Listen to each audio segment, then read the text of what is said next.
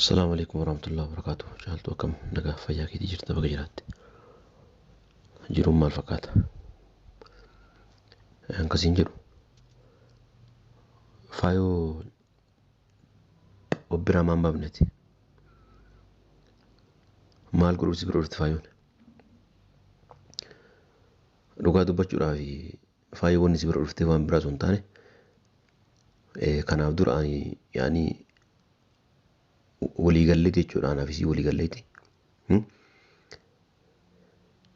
mucayyoo tante akka sibiraa fuutuuf anatu si erge jechuudha. Anatu si erge isiin ammoo na erga na biraa kaatee yaani baatee kaatee booda yaada jijjiirtee jechuudha. Yaada jijjiirtee achumaan xiqqoo anaaf isii jidduu dhabbiin dhufe jennaani si galee yaada jijjiirtee achumaan si bira taftee jechuudha. Kanaafuu si galaami obbiraa baase. Obbiraa baase anamma yaani dura anumatu akka nama wannaa jedhee ta'e itti siqii mucoo jalaa fuudhi jedhee erge anamma ammoo yaada jijjiiree jira. Si galee hin barbaadu waan ta'eef yaada jijjiiree jiraati isii obbiraa arii. Isii obbiraa arii maaliif siin taatu akkuma ofii baddi si balleessu deemte waan ta'eef obbiraa arii erga isii obbiraa arii ta'e kaatee booda dhugaa dubbachuun anaafati.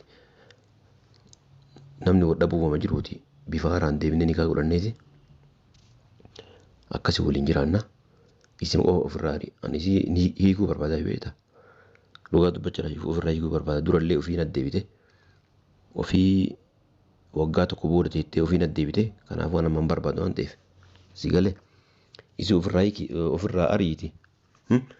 Anis ergaatu ofirraa ariitee kaatee booda hiikeeti si galee waraqaa si kenneefi yoo barbaadde heerumte yoo barbaadde teettee yoo barbaadde biyya galtee dhimma isiirraan qabu waan ta'eef si galee kanaafuu aniifaati akkasitti walitti deebinee jiruu keenya bareedaa jiraanna. Daa'imman ta'een akkasii guddifannaa jechuudha. Si gala miti dhugaa dubbachuudha dhiifama godhi. Maaliifi anatu sabballeessee jira maaliifi dubartoonni guutuun akkaan kee isii ofirraa arii erga isii ofirraa ariitee akkasitti wanna taatee kaatee booda akkasii aniifata walitti deebinee bifa haaraa akkasitti bifa haaraa akkasii jiruu keenya jiraannaa jechuudha. Maaliifi dhugaa dubbachuudha tunniin ijoolleen ani warroota jiruuf ta'u miti warra yoo argate nyaatee yoo dhabe rafee akkasitti olii gad deddeemuu baratte malee si galaami guutuun isitu jecha waan siin taane guutuun isitu ani warra bultiif ta'u miti dhugaa dubbachuudhaaf dubartoota gammaa fuudhee keessa nama akkaan kee bultiif naa ta'u nagarree kanaafi dhiifama guddaa naa godhi waan dura si balleesseef akkasuma ammoo mucayyoo ansi jalaa fuudhuuf deemu wayitu hin jirtu jechuudha. Mucayyoo isa dhugaadha anaaf isiin dura walii gallee isiin gara kan kee dhufte booda jidduma ammoo xiqqoo wallollee erga wallollee kaanee booda akkasumatti sababa saniif yaada jijjiirtee akkasitti si bira hafte jechuudha. Kanaaf ofirraa arii booda anaafati akkasitti waliin jiraanna. Dhugaa dubbachuudha tun karoora hin qabdu jechuudha. Karoora hin qabdu yoo fiti biyyatti agaltuu yoo fiti as keessa jiraattee abbaa feetaa harimtuu waan isiirra dhimma hin qabu dhimma takka illee hin qabu isiirra. An aarimaa fi ani durallee ufumaa naddeebite kadhattee ufumaa naddeebite ammas taanaan bakka feeta akka feeta'u mirga sii jechuudhaan isiirra dhimma hin qabu deemtee teettee waan feetaate dhimma isiirra hin qabu. Maaliifi deengadduma guyyaa lama sadii dura dalagaa bareeda argeefi jechuudha. Dalagaa bareeda argeefi kootuu dalagadhu jedheeni akkasi kadhee dadhabee jechuudha. Kootu dalagadhu jijjiiramii jedheeni akkasitti kadhee dadhabee jechuudha. Si usuu taate dalagaa ani dhugaa dubbachuudhaaf kana dura iyyaadha yeroo ati muca'uu duraa san jechuudha. Gara ulfooftee gabaatii sagalee akka dalagaa turteen beeka jechuudha. Isiin mushka wannaa taate kanaa miti akkanumatti osoo kan ta'in fayyaa nagaa qabdu kana deemi dalagadhu abadan deemi akkas ta'e hin ta'u. Maarree jettee akkasitti dubartii akkana mataan nama gargalchitu kaayoon qabdu waan ta'eef ana mataan waliin mataan dhukuu hin dandeenye. Kanaafuu isiin ofirraa arii bakka feetaa deemtu akkasitti ofirraa arii si balleessiteeyyuu akkasi ani gati walitti deebinee waliin jirannaa sin jedha. Anillee ana booda inshaallah jijjiiramaa deemee hojii barbaaddaara dalagaa deebi'ee akkasitti dalagaalee dalagataa akkasitti walitti deebinee akkasi waliin jiraannaa. Warroota kaawwan dhiisii uummata ani kijibanii inni nama kanaati. Ittiin deebi'ii inni maariidha durriyeedha akkasii maarree minaamin warroota sin jedhu sin jechuudha. Jecha isaa hin dhagahini warra keenya guutuu maatii guutuu wasii barsiisee dhugaa dubbachuudhaaf akkasitti waliin deebinee waliin jiraannaa siin jedha. Akkasii mee yaada kana maal jettaa sagalee na deebisi yoo si dawwala ammoo na jalaan kaaftu saniif sagalee si qabe akkasii siin jedha. Mee maal jettaa yaadaan siin jedhaaru kanarratti faayoo ammoo osoo hin bulle ammuma har'umarraa kaasiitii ofirraa arii dhugaa dubbachuudhaaf sun jireenya kee balleessuuf anaaf sillee jireenya kee nu balleessuuf nu deebite malee waan biraatiif miti jiruu nu yaaddeeti miti jechuudha kan isii as deebite.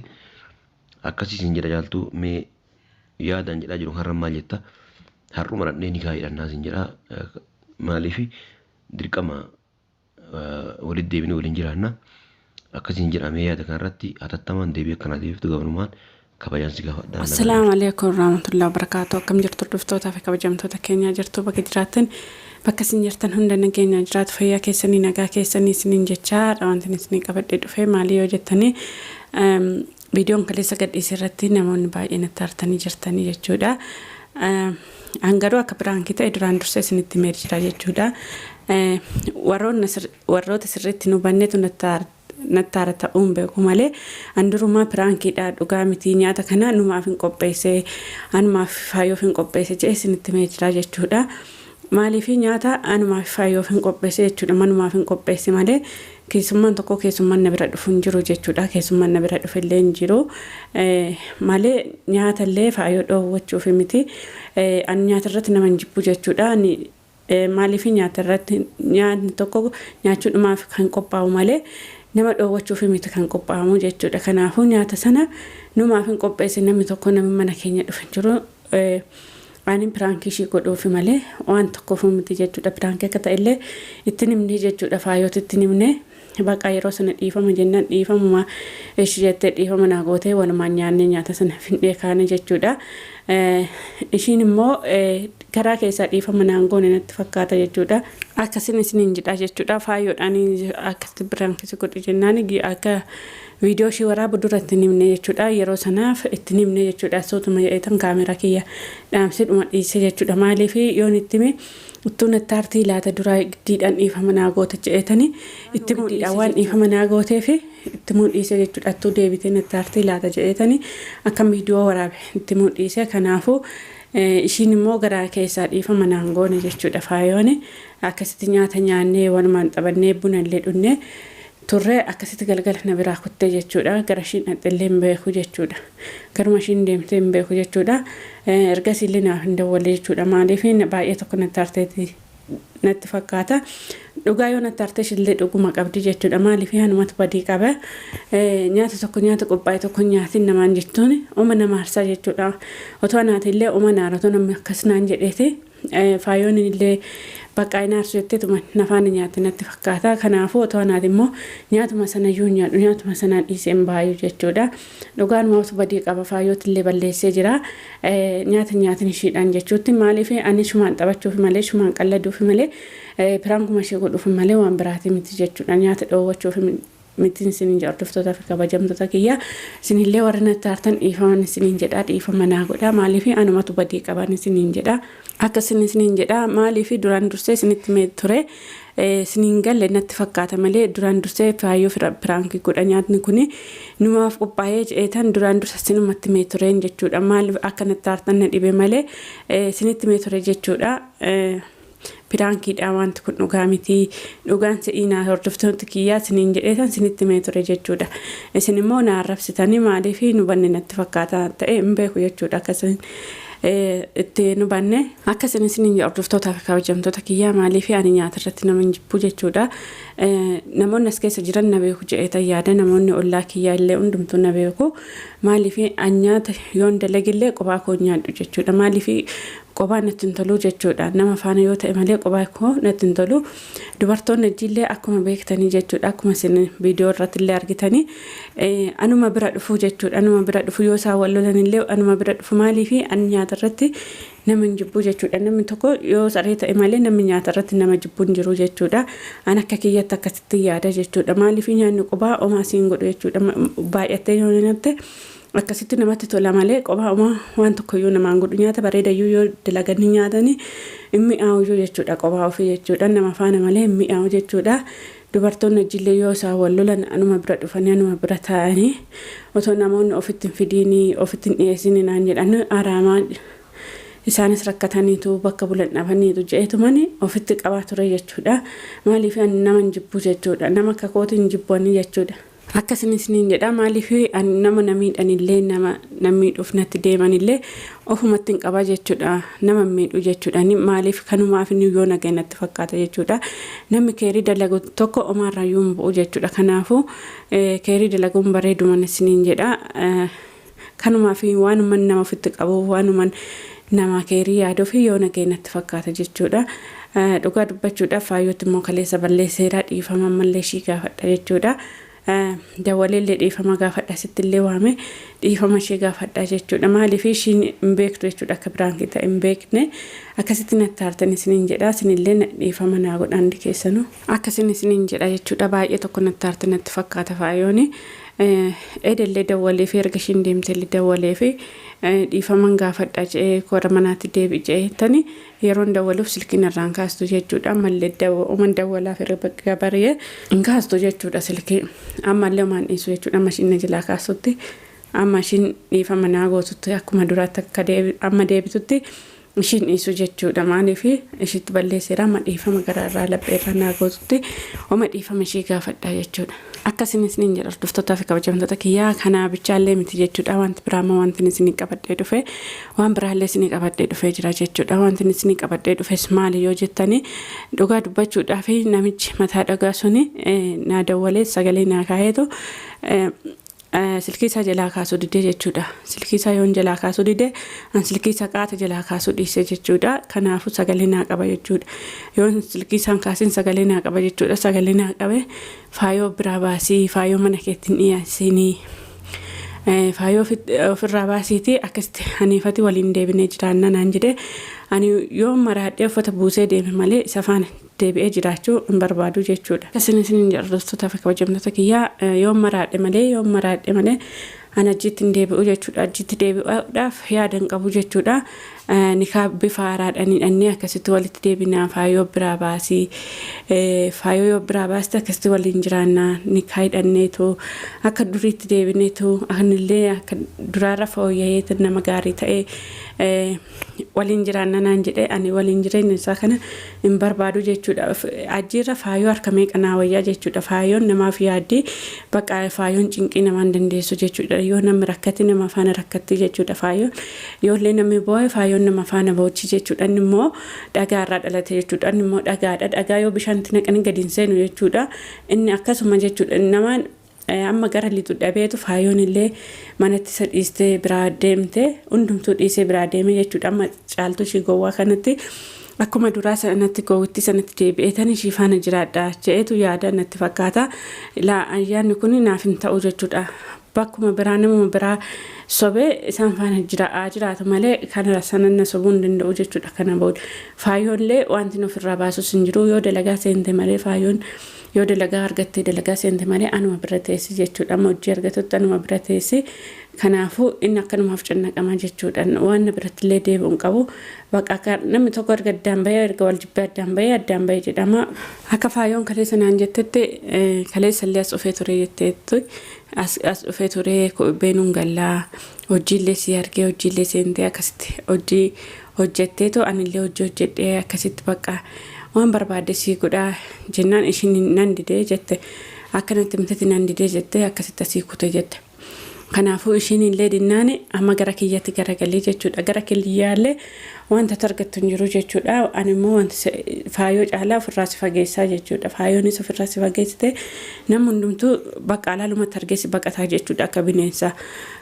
Kanaafuu ana birallee dhuftu faayoonis sitti deebi'uudhaaf faayoon illee sitti deebi'uudhaaf haajaan qabdu. Kanaafuu akkasitti mataan dhukkubee karaarra deema jechuudha. Kana maraatee ajjiin kunuutti xiqqaate jechuudha. Ganaa kunuutti xiqqaate jechuudha. Ganaa maal argeeta ajjiin dhugaa dubbachuudhaaf ganaa maal arge maaliif kifii nama cubbuu namatti tolu sana ganaan arganne jechuudha. Ganaa argachuu deema ajjiin jechuudha. Kana uffata baafatee karaarra deema. Ajjiin ganaa uffata baafatee karaarra deema. Amma ganaa waan argine jechuudha. Namni hunduu ganaa isa xireeffataa jechuudha. otoo nama qabaatee jechuudha ajjin nama qabanatti hin fakkaatu jechuudha maaliif otoo nama qabaatee miidiyaa irratti waggaa amma kana amma gaggaafannee dubartiin isa hundumtuu magaafatu jechuudha nama tokkoon arganii jechuudha maaliif nama otoo nama irraa dhalatee nama tokko irraa dhalatee ajjin nama tokkotu da'ee xiqqummaa isaatti karaa irratti gati natti fakkaata malee otoo fira qabaatee nama qabaatee akkasin ta'u jechuudha ajjin namni isa beekun dhabamuyyuu jechuudha miidiyaa irratti akkatti gaggaafannu namni isa beekun dhabamuyyuu jechuudha inni nama qabaanatti hin fakkaanne namuma tokkoyyuu qabanatti hin fakkaanne namumti isa beekuu jira jedhee yaadu jechuudha bakka akkasin isin jedha haalli sirriitti dheeressee waan inni naan jedhe dhaggeeffannee walitti deebinaan afaan tura. Assalaamu alaykum warahmatullahi wabarakatuh. Jaaltu akkam nagaa fayyaa keetii jirta baga jiraatti. Jiruun maal fakkaata? Akkasiin jedhu faayoo obbiraa maan baafneti maal godhu si bira dhufti faayoon dhugaa dubbachuudhaaf faayoo wanni si bira dhuftee waan biraa sun taane kanaaf dura ani yaani waliigalleeti jechuudha anaaf isii waliigalleeti mucayyoo tante akka si biraa fuutuuf anatu si erge jechuudha anatu si erge isiin ammoo na erga na biraa kaatee yaani baatee kaatee booda yaada jijjiirtee jechuudha yaada jijjiirtee achumaan xiqqoo anaaf isii jidduu dhabbiin dhufe jennaani si galee yaada jijjiirtee achumaan si bira taftee jechuudha kanaafuu si galaami obbiraa baase anamma yaani dura anumatu akka nama wannaa jedhee ta'e itti siqii mucoo jalaa fuudhi jedhee erge anamma ammoo yaada jijjiiree jira si galee hin barbaadu waan ta'eef yaada jijjiiree jiraati isii obbiraa arii maaliifii siin taatu akkuma ofii baddi si balleessu deemte waan ta'eef obbiraa arii ergasii obbiraa arii kaatee booda dhugaa dubbachuun anaafati namni wadha buufama jiruuti bifa haaraan deebinee nikaa godhanneeti akkasii waliin jiraanna isin ofirraa arii ani isii hiikuu barbaadaa beekta dhugaa dubbachuudhaaf ofirraa hiikuu barbaada durallee ofii naddeebite ofii waggaa tokko booda teettee ofii naddeebite kanaafuu anamman barbaadu waan ta'eef si galee isi ofirraa ariiti anis ergaatu ofirraa ariitee kaatee booda hiikeeti si galee waraqaa si kenneefi yoo barbaadde heerumte yoo barbaadde teettee yoo barbaadde biyya galte dhimma isiirraan qabu waan ta'eef si galee kanaafuu aniifaati akkasitti walitti deebinee jiruu kenna bareedaa jiraanna daa'imman ta'een akkasii guddifannaa jechuudha si gala miti dhugaa dubbachuudha dhiifaanaa godhi maaliifi anatu sabballeessee jira maaliifi dubartoonni guutuunu akkaan kee yaani nama bultii ofii barbaadu kanaafuu jechuudha isii ofirraa arii erga isii ofirraa ariitee akkasitti wanna taatee kaatee booda akkasii aniifata walitti deebinee bifa haaraa akkasitti bifa haaraa akkasii jiruu kenna jiraannaa jechuudha maaliifi dhugaa dubbachuudha tunniin ijoolleen ani warroota jiruuf ta'u miti warra yoo argate nyaatee yoo dhabee rafee akkasitti olii gad deddeemuu baratte malee si galaami guutuun isitu jecha waan siin taane guutuun isitu ani warra bultiif ta'u miti dhugaa dubbachuudhaaf dubartoota gammaa fuudhee keessa nama akka hankee bultiif naa ta'u nagarree kanaafi dhiifama guddaa na godhi waan dura si balleesseef akkasuma ammoo mucayyoo ansi jalaa fuudhuuf deemu wayitu hin jirtu jechuudha mucayyoo isa dhugaadha anaaf isiin dura walii gallee isiin gara hankee dhufte booda jiddumaa ammoo xiqqoo wallollee erga wallollee kaanee booda akkasumatti sababa saniif yaada jijjiirtee akkasitti si bira haftee jechuudha kanaaf ofirraa arii booda anaafati akkasitti waliin jiraanna dhugaa dubbachuudhaaf tun karoora hin qabdu jechuudha karoora hin qabdu yoo fiti biyyatti agaltuu yoo fiti as keessa jiraattee abbaa feetaa harimtu waan isiirra dhimma takka illee hin qabu isiirra an aarimaa fi ani durallee ufumaa naddeebite kadhattee ufumaa naddeebite ammas taanaan bakka feeta akka feeta'u mirgasii jechuudhaan isiirra dhimma hin qabu deemtee teettee waan feetaate dhimma isiirra hin qabu maaliifi deengadduma guyyaa lama sadii dura dalagaa bareeda argeefi jechuudha dalagaa bareeda argeefi kootuu dalagadhu jedheeni akkasi kadhee dadhabee jechuudha kootu dalagadhu jijjiiramii jedheeni akkasitti kadhee dadhabee jechuudha si usuu taate dalagaa ani dhugaa dubbachuudhaaf kana dura iyyaadadha yeroo ati muca'uu tiyyaata duraa san jechuudha gara ulfooftee gabaatii sagalee akka dalagaa turte hin beeka jechuudha isiin mushka wannaa taate kanaa miti akkanumatti osoo wata kan ta'in fayyaa nagaa qabdu kana deemi dalagadhu abadan deemi akkas ta'e hin ta'u maarree jettee akkasitti dubartii akkana mataan nama gargalchitu kaayoon qabdu waan ta'eef ana mataan waliin mataan dhukuu hin dandeenye kanaafuu isiisan ofirraa arii bakka feetaa deemtu akkasitti ofirraa arii si balleessitiyyuu akkasi ani gati walitti deebinee waliin jirannas hin jedha anillee ana booda inshaallaan jijjiiramaa deemee hojii deebi'ee hojii barbaaddaara dalagaa deebi'ee akkasitti dalagaalee dalagataa akkasitti walitti deebinee akkasi waliin jiraanna warroota kaawwan dhiisii uummata ani kijibanii inni nama kanaati ittiin deebi'ii inni maariidha durriyeedha akkasii maarree minaamin warroota sin jedhu sin jechuudha jecha isaa hin dhagayini warra keenya guutuu maatii guutuu hojii barsiisee dhugaa dubbachuudhaaf akkasitti walitti deebinee waliin jiraannaa sin jedha akkasii mee yaada kana maal jettaa sagalee na deebisi yoo si dawwala ammoo na jalaan kaaftu saniif sagalee si qabe akkasii sin jedha mee maal jettaa yaadaan sin jedhaaru kanarratti faayoo ammoo osoo hin bulle ammuma har'umarraa kaasiitii ofirraa arii dhugaa dubbachuudhaaf sun jireenya kee balleessuuf anaaf sillee jireenya kee nu balleessuuf nutti deebite malee waan biraatiif miti jiruu nu yaaddeeti miti jechuudha kan isii as deebite akkasii sin jedha jaaltu mee yaadaan jedhaa jiru har'a maal jetta har'uma dhadhee ni kaa'idhannaa sin jedha maaliif dirqama walitti deebinee waliin jiraanna akkasiin jedhamee yaada kanarratti hatattamaan deebii akkanaa deebiftu gabanumaan kabajaan si gaafadha. Nu dhageessanii jirtan jechuudha hordoftootaa fi kabajamtoota kiyyaa waan inni jedhu jechuudha akkana jedha jechuudha. Ani kanaan booda wanti sitti deebi'u wanti walitti deebinu hin jiru maaliif bishaan darbee waraabanii wanti darbe dura darbee jechuudha durayyuu darbee jechuudha.